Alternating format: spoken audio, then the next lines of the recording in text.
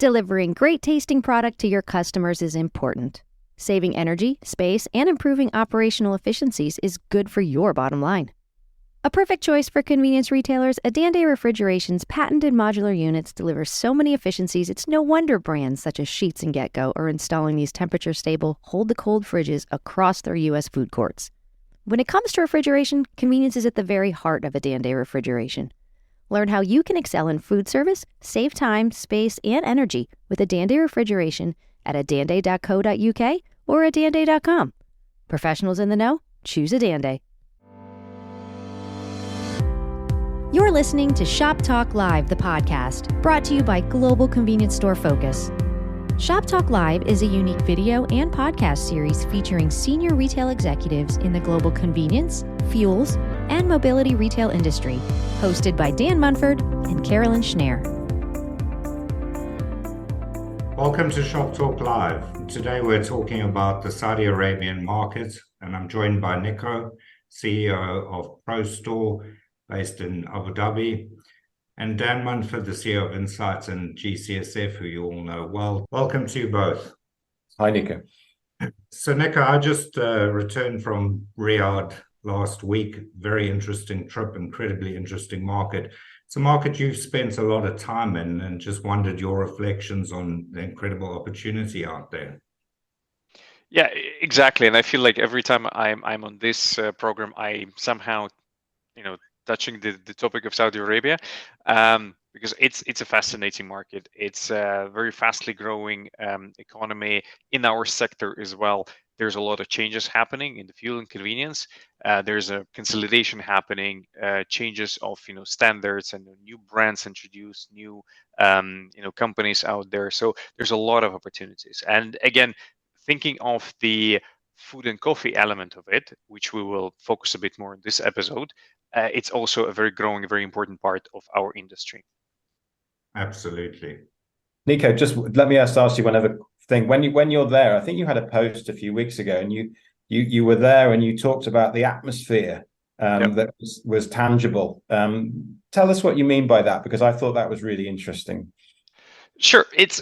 When you're there, it's in the air, right? And I'm sure Nick felt that as well last week. So it's about, the country that is rapidly changing and opening up and willing to bring in new people, being that tourists or investors or business people.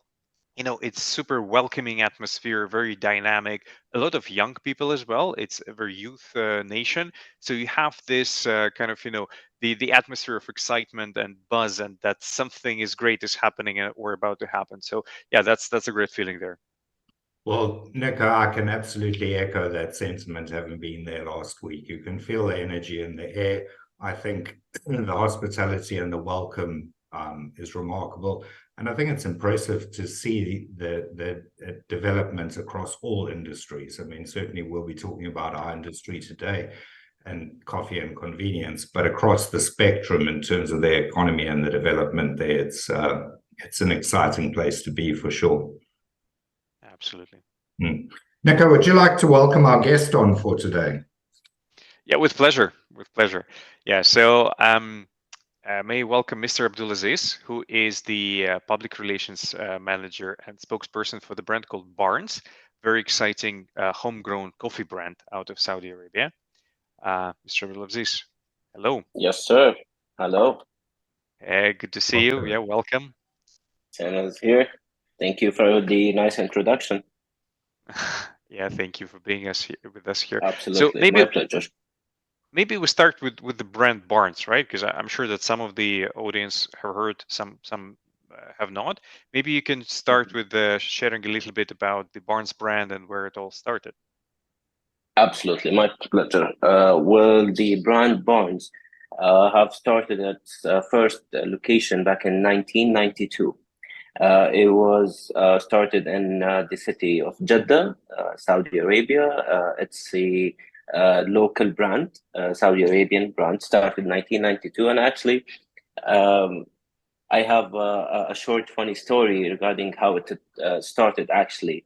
The owner have once visited a coffee shop back in the 90s. It was just a regular walk into a coffee shop where he was asking for freshly coffee beans. He wanted to actually buy by kilo, not finished product, not the cup itself. But the seller told him that we only could offer you ground beans, no whole beans, because the owner knew that it would be more fresh if he could get it in whole beans. So they got into an argument. Long story short, after he went out from the store without buying that freshly whole beans, he decided to open a shop that is specialized in selling the freshest and the most pure coffee beans that they could get.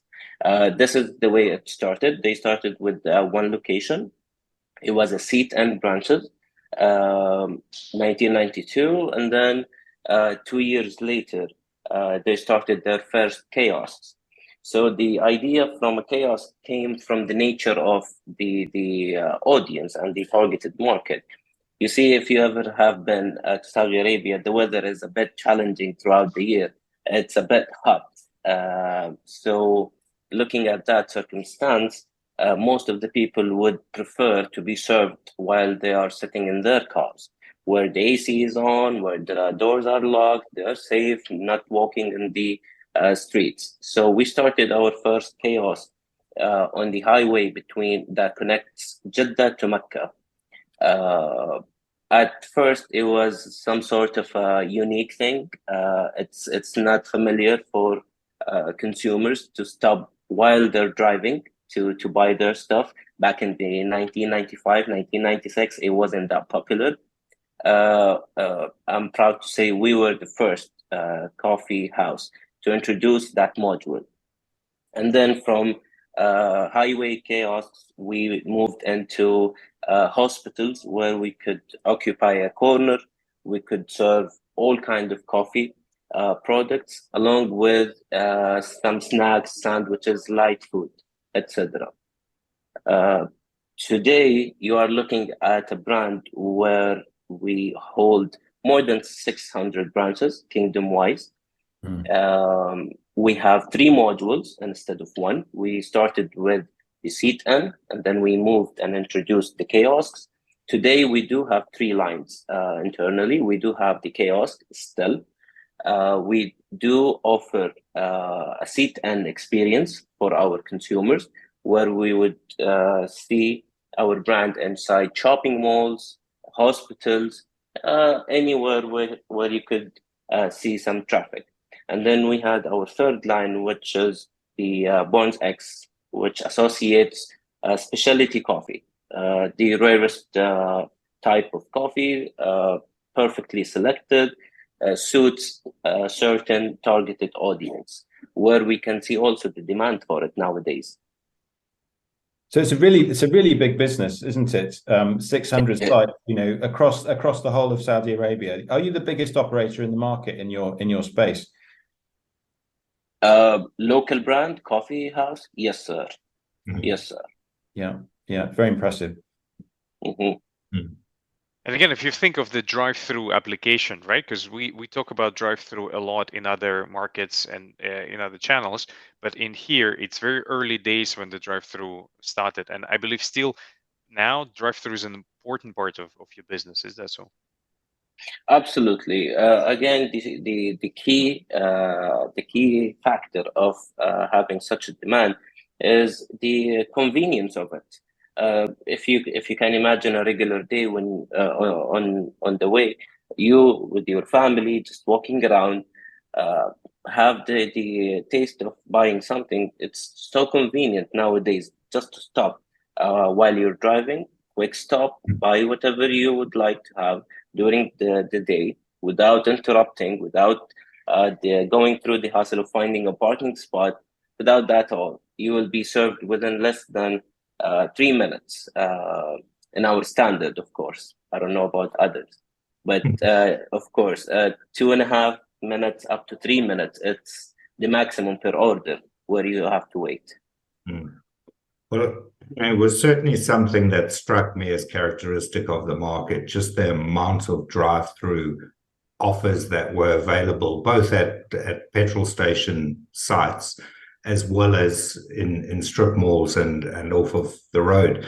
Across the spectrum, from fast foods through to coffee brands, all the way to cash machines, ADMs at petrol stations Right. that drive-through offer, is definitely part of the market, and impressive that you guys pioneered that back in the early 90s and kind of paved the way for that.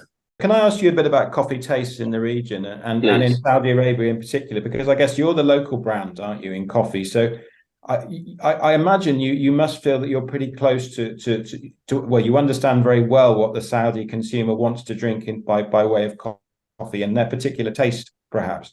Absolutely. Even though it's particularly on a rapid change, demands are up to change every now and then. Today we can see coffee shops that are offering cold coffee, flavored coffees, sweetened coffees. They moved away from the original black American coffee, for example, or Turkish coffee, which is known in this region. Having chaos and reaching the perfection of service into quality and also the time of service, those two factors are really important with the consumers, where we focused. We are focusing on quality and speed of service. At the end of the day, you would want to have the finest product with less time. Yeah, makes a lot of sense. This is one thing. You mentioned something with having drive-through modules regarding their segments and then associated with gas stations. The idea which we represent, we try to fulfill your waiting time with the finest experience. So if you noticed, if you are in a hospital, you have a lot of wasted time of waiting. We would like to fulfill your waiting time with the best experience you might have. When you're filling your tank gas, again, some wasted time just waiting, doing nothing. We try to occupy that with the nicest experience you might have. So associating our modules in the most convenient locations is just to fulfill your waiting time with our enjoyable experience. Mm. If you think of a petrol station in Saudi Arabia, right, you have normally several of those offers. Yeah, it could be, as Nick mentioned, right, it could be ATM, fast food, and coffee shops. And what I saw is actually multiple coffee shops, similar offer on one location. So you have a maybe not even very big station, but you would have 3-4 kiosks, right? So maybe there will be Barnes, maybe there will be Dunkin', maybe there was something else. So how you compete in that environment? Well, and I still see queues for Barnes rather than someone else. So how do you do it? Sure, I would say quality number one. Our heritage, our capabilities, our factory, owned factory that supports to deliver the finest quality is a key factor to catch the consumer's loyalty. If I pass by your place and I find the same exact service every single day, that's it. I'm your customer for life. If your prices are convenient, if you're not hurting my pocket every month, again, you are a friend of mine. If you serve me with the most speed of service you may reach among competitors, thank you. I would be happy leaving your place without wasting more time. So I bet if you have visited Saudi Arabia and if you have visited one of our locations, you would be seeing minimum of 6, 7, 8 cars waiting in the queue. But if you care more, just wait and see how long do we take to serve each and single car. It won't be taking more than 3 minutes per order, of course. Depends on what you order. But again, we try to seek perfection into your convenient way. We would like to save your time. We would like to respect your taste buds, and we would like to see you coming again. Abdulaziz, part of the customer journey. Yes, sir. What about technology? Because I know obviously a lot of Saudi businesses take a very futuristic look at technology and they like to implement technology. Is that the case with Barnes? Absolutely, sir. When it comes to technology and bonds, it's a very wide range of topics in here. We're talking on the field. We try to reach the maximum customer experience in terms of perfection. In terms of to speak, it started with the speakers. It started with excluding the human interaction, where a customer is willing to place an order. Today, we can see some technologies in the market where the face of the consumer are being recognized. My kiosk or my module of business could recognize if you're happy today or if you're sad today. They can offer if you would like the same as you got yesterday, or would you like to try something new? In terms of promotions as well, I could tell based on a technology or an artificial intelligence that the demand for certain area is this particular drink or this particular product instead of another product in another region. I mean, reaching to the consumer's expectations is what it matters actually in technology. Again, technology makes our life easier by moving the bottleneck processes, making you doing the best practice in the fastest time. So yes, we completely adopt technology in our business. We completely adopt technology in our day-to-day operations and management and plans, of course. Well, it sounds very impressive. Niko, I know you've been a really strong advocate to talk to Barnes, and I think, Niko, you were the one who invited Barnes to come and speak at the Convenience Majlis event, and I understand you've accepted, Abdulaziz, and you're going to be there. Certainly looking forward to being in Riyadh, 5th Intercontinental on the 27th and 28th of November for Convenience Majlis. Niko, maybe you were going to comment on the event, and Barnes is speaking at the event. Yeah, exactly. I was about to say that it's an exciting event for sure. It's for the industry, for the fuel and convenience industry of Saudi Arabia. And as I mentioned in the beginning, there's a lot of change that is happening. There's a lot of elements, operating models, suppliers and so on that needs to be either changed or added, or something that needs to be explored, how to make business better. And we hope that this event will help those who will attend actually get their business better one way or another. And that's why all of the themes and speakers that we are inviting also related to some sort of a pain points or bottlenecks that potentially those operators might have. And again, importance of food and coffee, importance of drive-through. This is why I also suggested to invite Barnes there, because they're almost like the owner of the channel, right? They invented that channel in the country in 90s. So getting their perspective and their view on the petrol station industry in Saudi and how their business might evolve together with the fuel businesses, that will be, I think, very valuable to the audience. Well, I'm looking forward to drinking your coffee. I have to say that, Abdulaziz, and what a great business model you've got, and congratulations for your success with that in the market. Building such a big business in so short a time, it's really impressive. Absolutely. Yeah. Thank you for that, and absolutely, it will be our pleasure to serve you the finest cup of coffee you may ever drink in Saudi Arabia. Very good. We absolutely look forward to that. Our pleasure, of course. So Abdulaziz, just wanted to thank you very much for taking the time to join us today and to talk about Barnes. Niko and Dan, thank you both, and looking forward to seeing all of you at Convenience Majlis in Riyadh. Thank you for listening to Shop Talk Live, the podcast. This episode was produced by Dan Munford and Nick Scherzer with support from Jenna Ferguson and Lorraine Evans. It was produced, edited, and mixed by Carolyn Schneer, and music was provided by Wolfgang Worley. Tune in every other week for new episodes, and please subscribe on your favorite podcast platform. And learn more at globalconveniencestorefocus.co.uk.